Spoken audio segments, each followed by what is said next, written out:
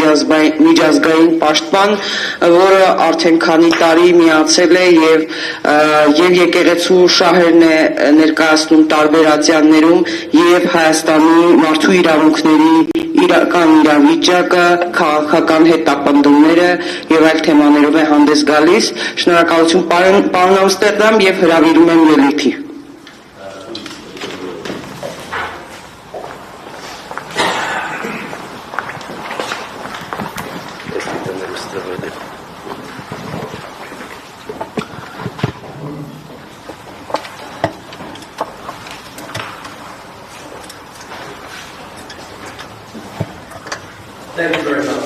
Շնորհակալություն։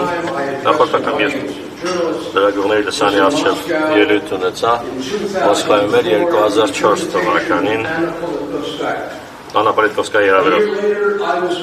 մի տարի անց ինձ ձերբակալեցին, 2 տարի անց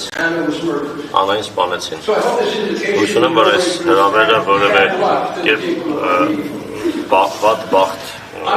չի բերի Հայաստանի ժողովրդին։ Չարաբաստիկ չի լինի։ Սկզբից մի քանի բան ասեմ, ես հրեա եմ, ամեն տարի Ագադայի ժամանակ Սուրբ գրքում մենք կարդում ենք երբ հրեաները ստրկացվեցին Եգիպտոսում, սրբության մեջ էին, միշտ օգտագործվում է մենք ստրուկ էինք Եգիպտոսում։ Այդ բառերի արդյունքում ես սկսեցի զբաղվել մարդու իրավունքներով, քանի որ ես հասկացա, որ քանի դեռ անհատը անձը ստրկության մեջ է, նա նրանք չէ, նա մենք է։ Ես ես բոլորիդ ասում եմ, ամոթ Հայաստանին այս վարկագծի համար կապված Բաքվում պահվող պատանների հետ։ Ինչու բոլորդ չեք գրում այդ խեղճ անհատների նկարները, երբ պարոն Մակրոնը օդանավակայանից գա, ինչու նա չի տեսնում հազարավոր հայերի լուսանկարները պահած այդ խեղճ պատանների, քանի որ իրենք, քանի դեռ պատանդ են, դուք պատանդ եք։ Շատ ակնհայտ է, որ Հայաստանի կառավարությունը Բաքվից է ղեկավարվում։ Ինչքան բան պետք է տեսնեք, որ դա իմանաք, ինչու դուք չեք բարձրացնում այս հարցը հրապարակավ եւ ծավալում։ Ես ընդդիմության առաջնորդներից մեկի ներկայացուցիչ եմ, նա իր տնից չի կարող դուրս գալ, նրա հանցագործությունն էր 1700-ամյա եկեղեցին պաշտպանելը։ 3 տարի է արդեն, ինչ ես 3 տարի պաշտպանել եմ ուկրաինական ուղղափառ եկեղեցին, ավտորիտար մի առաջնորդից, պարոն Զելենսկուցով գալու է այստեղ։ Եվ ես ասեմ մի բան, 3 տարվա կռվելուց հետո, 3 տարի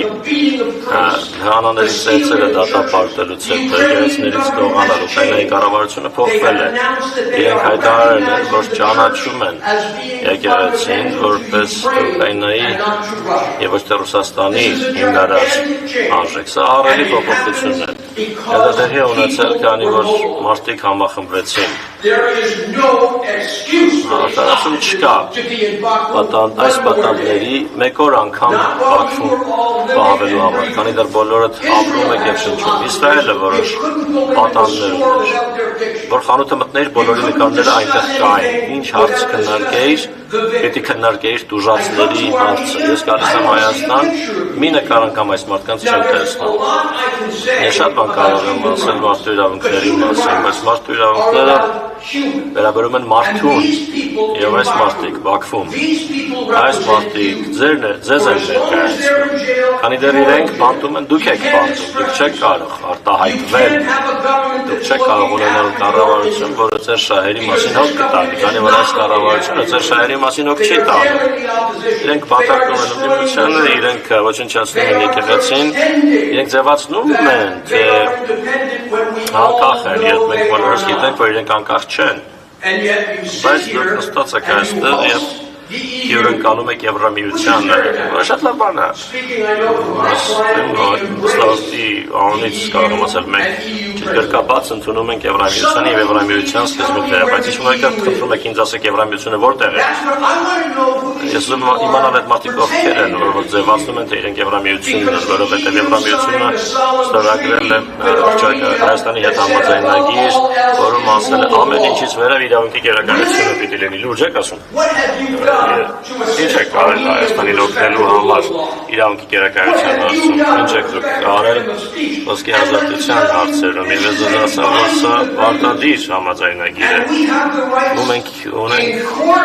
դատարանում իրավունք ունենք Եվրամիության դեմ հարձակվելու, որ նա չի կատարել իր համաձայնագիրը Հայաստանի հետ մարդու իրավունքների առումով, իսկ մենք ոչինչ չենք անում, ընդամենը ծածկում ենք դա, ծածկում պարտական սա, կարողական բան է այս ամենը չմոռանանք։ Եվրամիությունը դարեց Մոլդովայում իրենք նույնը անում են ամենուր, իրենք օգտագործում են ռուսական սպառնալիքի գաղափարը, ես չեմ հերքում սպառնալիք կա, բայց կա նաև ադրբեջանական սպառնալիք, բայց ամենամեծ սպառնալիքը ազատության համար Հայաստանի ներսում է։ Ինչպես չեք ասում ես մարդկանց, խոսեք Փաշինյանի հետ, նա արդեն իսկ աղավաղում է ընտրությունը, մարդկանց բանտարկելով,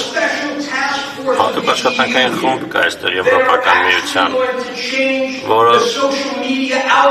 սոցիալական ցանցերի ալգորիթմն է փոխելու, որ ընդդիմության գործերը փչացնի ինչ-որ հիբրիդային խմբի հիմքով, որը 28 էջանոց հրահանգներով է աշխատում և ոչ ոք իրավունք չունի այդ հրահանգները տեսնել։ Իրենք աշխատում են Հայաստանի ժողովրդավարության դեմ և մենք դա գնահատում ենք որպես ժողովրդավարության փառատոն արժևորում։ Հայաստանը չի կարող հանգիստ նստած մնալ։ Մարդիկ իրենց մարդիկ էթնիկ զտման են ետարկվել, իրենց առաջնորդները պատանդ են Եվրամիությունը իր իսկ սկզբունքներին հավատարիմ չի մնալ և այս պատանդների լուսանկարները չկան։ Որտեղ են այդ լուսանկարները։ Մենք ընդամենը իրավաբաններ չենք, մարդ ենք, մասնարարած, ընտանիքներ կան, ովքեր կարոտում են իրենց ծնողներին, ինչու այդ ընտանիքները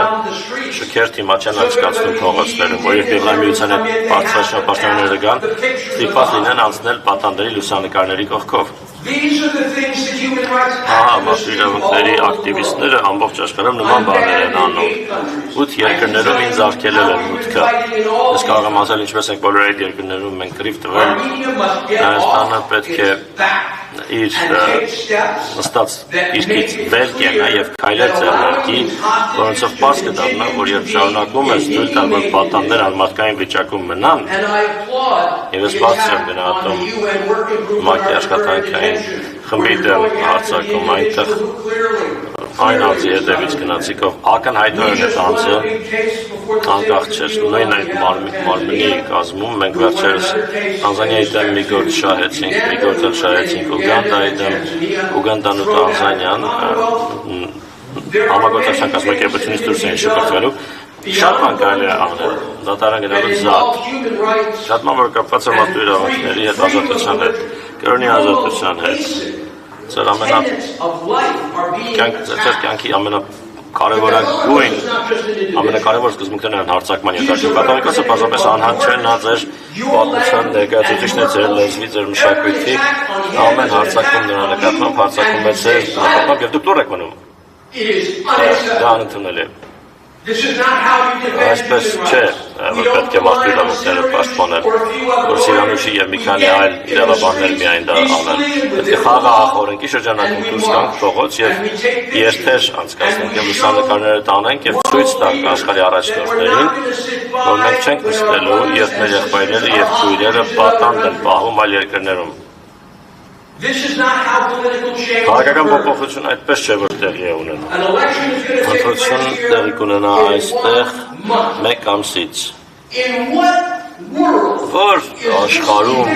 կարող է այս միջոցառումը, որը հիմա Երևանում տեղի ունենա, որ աշխարհում կարող է սա չհամարվել քաղաքական միջամտություն, որ աշխարհում սա չի հակասում իրավունքի բոլոր կանոններին, որ աշխարհում չենք ասի, դե Մոլդովայում արել են նույն ձևով, միգուցե ծրագիր ունեն, փորձում են ընտրությունների արդյունքի վրա ազդել։ Իրենք Փաշինյանին ուղարկել են միլիոնավոր դոլարներ, որ աղավաղեն ալգորիթմը։ Իրենք աշխատում են միայն գործողությունների հետ, որևէ տապանցիկություն չկա։ The situation is shocking. Իրավիճակը շոկային է։ And we want Ու մենք ցանկանում ենք, որ Եվրամիությունը գրկաբաց ընդունի Հայաստանը, բայց Եվրամիությունը նախևառաջ գրկաբաց ընդունի իր իսկ սկզբունքները, օրինակ իրավունքի գերակայությունը։ Դրանից մամուլասովիսով հանդես կգամ մեր ուսումնասիրության փաստաթուղթն հրապարակվել այն շատ ծավալուն է, թե Եվրամիությունը ինչպես է խախտել իրավունքի գերակայությունը։ I want to thank you for allowing me to speak. I'm going to shut up now because I'm too exercised. But I got you acclimated to a poor serious. Ես վստահեցի, ռեպրեսենտի այն ամենը ինչն է կարողացի անշուշտ միջով անցել են իրենք եւ իր ստարտները հերիք է բավարար է բազմաթիվ են ահավոր հասարակ պատմությունները Հայաստանում կապված Արցախի հետ կապված ազատազրկված մարդկանց հետ, քանի որ ազատազրկումը շարունակվող նվաստացումն է Հայաստանի ժողովրդի սխմում, որպեսզի իրենք ենթարկվեն, որպեսզի ընդունեն անընդունելին։ Սա սրա մասին է։ Մեկուսի իրավիճակ չէ, նրա համար է, որ մարդիկ ստիպված լինեն անընդունելին ընդունել, հրաժարվել իրենց պատմությունից, իրենց եկեղեցուց եւ դա արժի լռել է, եւ ես ասում եմ, որ շնորհակալություն։